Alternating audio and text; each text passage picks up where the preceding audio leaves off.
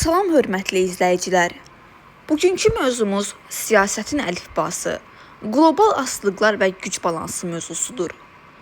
Dünya siyasətini başa düşmək üçün öncə bir sadə həqiqəti qəbul etmək lazımdır. Yer üzündə tam müstəqil, heç kimdən asılı olmayan tək bir dövlət belə yoxdur. Beynəlxalq münasibətlər nəhəng bir zəncirə bənzəyir və bu zəncirin hər bir halqası başqa bir dövlətin resursuna, texnologiyasına, coğrafiyasına və ya sosial dini təsirinə bağlıdır. Siyasətin əlifbası məhz bu qarşılıqlı asılılığın necə işlədiyini oxumaqdan başlayır. Bu xəritənin ən görünən hissəsi təbii resurslar və xammaldır. Məsələn, Səudiyyə Ərəbistanı, Birləşmiş Ərəb Əmirlikləri və Qətər kimi yaxın şərq dövlətləri nəhəng neft-qaz, təbii ehtiyatlara sahib olduqları üçün qlobal energetika bazarının mərkəzində dayanırlar. Onların çıxardığı enerji olmasa, inkişaf etmiş Avropa dövlətlərinin və ya Yaponiya kimi nəhəng sənaye dövlətlərinin iqtisadiyyatı iflic olar.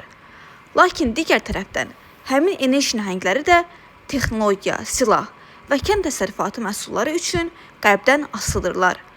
Oxşar şəkildə Rusiya və Ukrayna qlobal buğda və gübrə bazarının ən əsas təminatçıları olduqları üçün orada yaşayan hər hansı bir böhran birbaşa Şimali Afrika və yaxın şərq ölkələrində aclıq riskinə və sosial ixtişaşlara yol açır.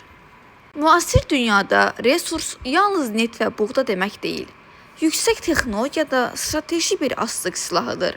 Məsələn, Çin müasir elektronika, bateriyalar və yaşıl enerji texnologiyaları üçün həyati vacib olan nadir torpaq materiallarının hasilatı və emalında demək olar ki, monopoliya sahibidir.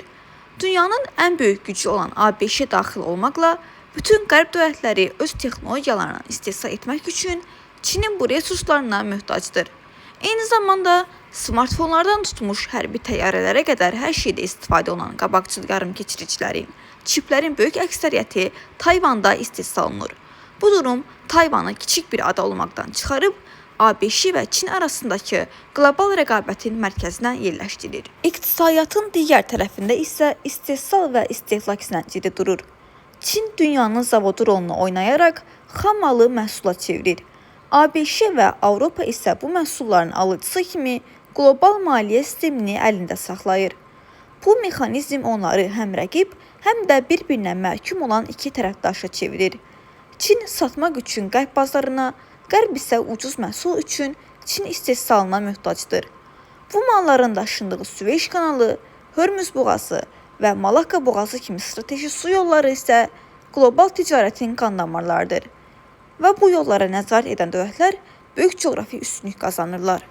Nəhayət, bu mürəkkəb xəritənin görünməyən, lakin ən dərin qatı dini və sosial-mədəni asılılıqlardır.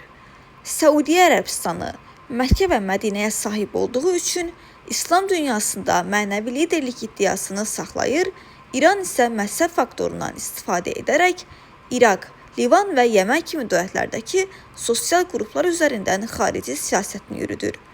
Vatikan dünya katolikləri üzərində yumşaq gücə malik olduğu kimi, Hindistan da geniş diaspora və dini mədəni kimliyi ilə qlobal siyasətə təsir edir. Avropada yerləşən demografiya və miqrasiya dalğaları isə daxili siyasəti yenidən formalaşdırır və radikal siyasi axınların güclənməsinə rəvac verir. Bir sözdə siyasətin əlifbası bizə öyrədir ki, xam mala malik olan texnologiyaya, texnologiyaya malik olan bazara, bazara malik olan isə təhlükəsizliyə möhtacdır. Dünya siyasətini idarə edən əsas güc də elə bu düyünlənmiş asılılıqlar şəbəkəsini öz lehinə yönəltmək bacarığıdır.